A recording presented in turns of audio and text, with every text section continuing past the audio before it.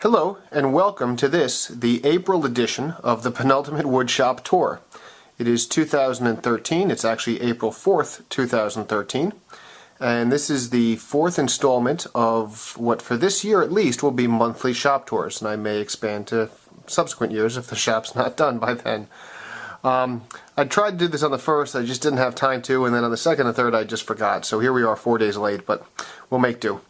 I'm aiming in this right front corner as you first walk in at my toolboxes, as I usually start the tour. Not too much has changed here.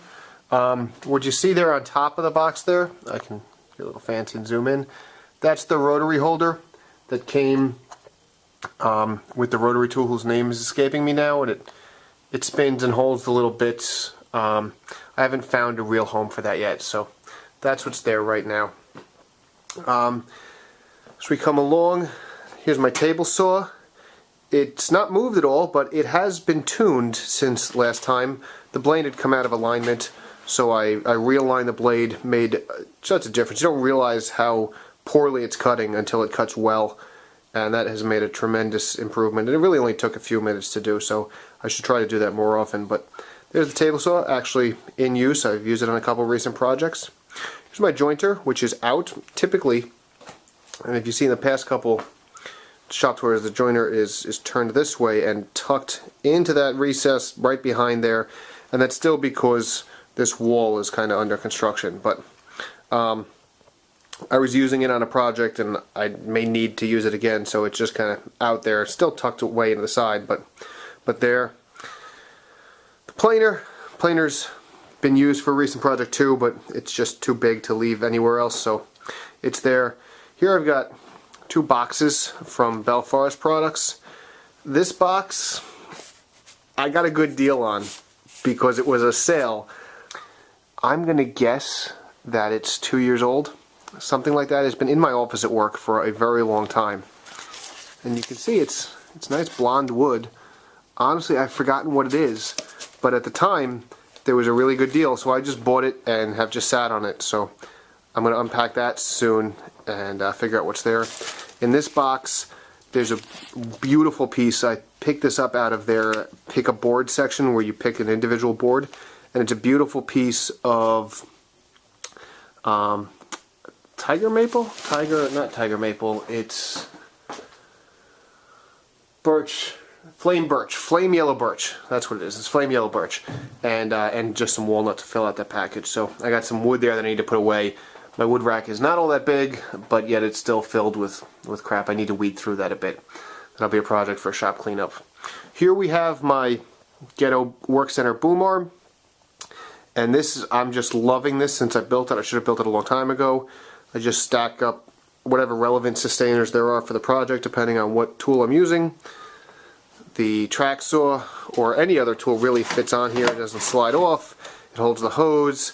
I've got a fitting over there on the wall that will hold sanders and things, and this fitting here that actually fits on it, comes out with a little boom and the hook, that holds my Foredom.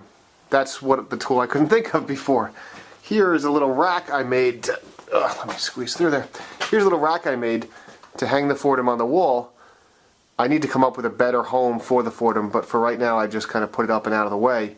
And when I'm using it, I take the rack that's down there that's much bigger, and it gets mounted here. It locks in the same way this piece locks in. If I come around here, you can see how this snaps down behind the lip here, and that locks in the same way, and it holds the Foredom here right about this height. It's been wonderful to work with, so that's how my Foredom's going. Come through here, just more toolboxes stacked on each other.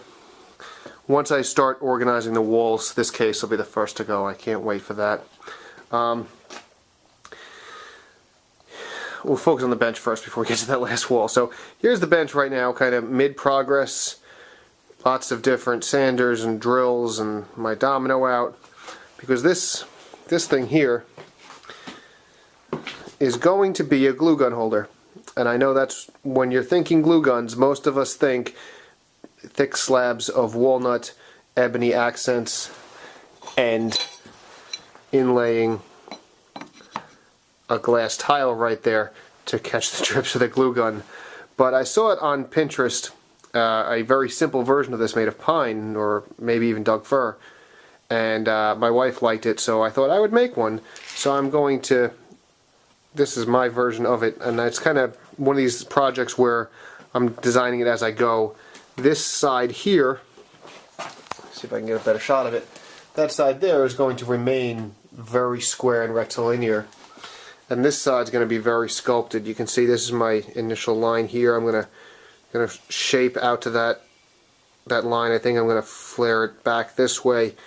This piece, I've done a little bit of marking here where I need to cut out to slot the glue gun in, but I'm really not sure what I'm going to do over here. I'm going to kind of, get the shaper in my hand. I'm going to use a cut saw blade or a grinder and see what happens.